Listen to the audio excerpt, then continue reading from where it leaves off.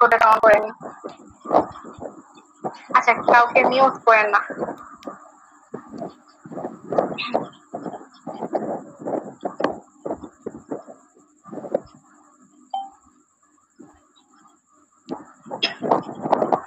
আচ্ছা, আমার screen clear? জন বলবেন, ঠিক আছে? আচ্ছা আচ্ছা, কেউ আর কি স্ক্রিন শেয়ার করেন না। তো আমি সরাসরি কিন্তু আমাদের ট্রাস্ট ওয়ালেটে চলে যাব, ঠিক আছে? Trust wallet.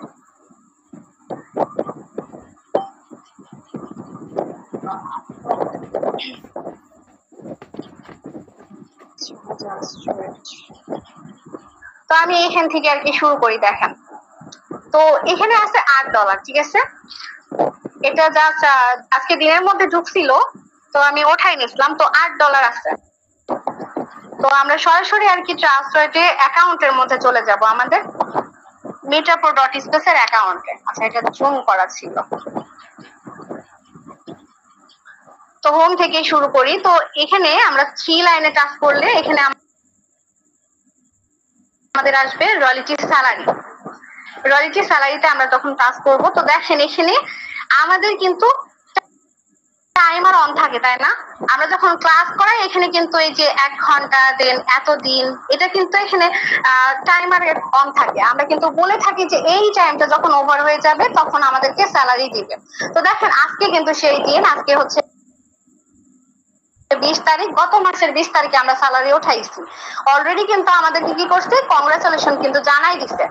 আমি এই যে 30% স্যালারি আসিবার। তো এখানে দেখেন চেক ব্যালেন্সে কিন্তু আমাদের ডলারটা থাকে। তো আমি জাস্ট এখানে টাচ করে দেখি, দেখেন $2000 এখানে কিন্তু অলরেডি কিন্তু আমার অ্যাকাউন্টের মধ্যে কিন্তু শো করে গেছে। তো এটা জাস্ট আমি কি করব, ক্লেম করব। তো এই $2000টা আমি আমার ট্রাস্ট ওয়ালেটে কিভাবে ট্রান্সফার করব? দেখেন, ট্রাস্ট ওয়ালেটে ট্রান্সফার করলে কিন্তু আমি কি করতে পারবো, বিকাশ নগদ রকেটের মাধ্যমে আমি ডলারটা বিক্রি করে কিন্তু টাকাটা তুলে নিতে পারবো, ঠিক আছে? তো আমি এই যে ক্লেমে টাচ করলাম। আচ্ছা, মানে $2.5 লক্ষ উপরে একটা, মানে ভাবতে পারতেছেন একটা মেয়ে $2.5 লক্ষ উপরে মাসিক বেতন পাইতেছে, যেটা একটা সরকারি কর্মকর্তাও পায় না। অ্যাপ্রুভ করলাম। আচ্ছা, আলহামদুলিল্লাহ। আচ্ছা, এখানে কিন্তু দেখেন অলরেডি কিন্তু আমার স্যালারিটা ট্রান্সফারে চলে গেছে। দেখেন 0 ব্যালেন্স কিন্তু হয়ে গেছে, তাই না? এবার আমি চলে যাব আমার মেইন ট্রাস্ট ওয়ালেটে। আচ্ছা, এখানে $8। তো আমি দেখেন রিফ্রেশ করি। আচ্ছা, ইউএসডি এর উপরে টাচ করি। দেখেন আলহামদুলিল্লাহ $2000 কিন্তু আমার সরাসরি ট্রাস্ট ওয়ালেটে কিন্তু চলে আসছে। দেখেন এখানে কিন্তু চলে আসছে। এটা কি করব আমি, এই যে সেন্ড আর রিসিভের মাধ্যমে আমি ডলারটা কেনা বেচা করব, ঠিক আছে? এনি টাইম কিন্তু আমি ডলারটা বিক্রি করে বিকাশ নগদ রকেটের মাধ্যমে কিন্তু আমি টাকাটা নিয়ে নিতে পারবো, ঠিক আছে? Any time. তো দেখেন আরেকটা জিনিস, আমি এই যে আমার বিকাশ অ্যাপস এর মধ্যে গেলাম, ঠিক আছে?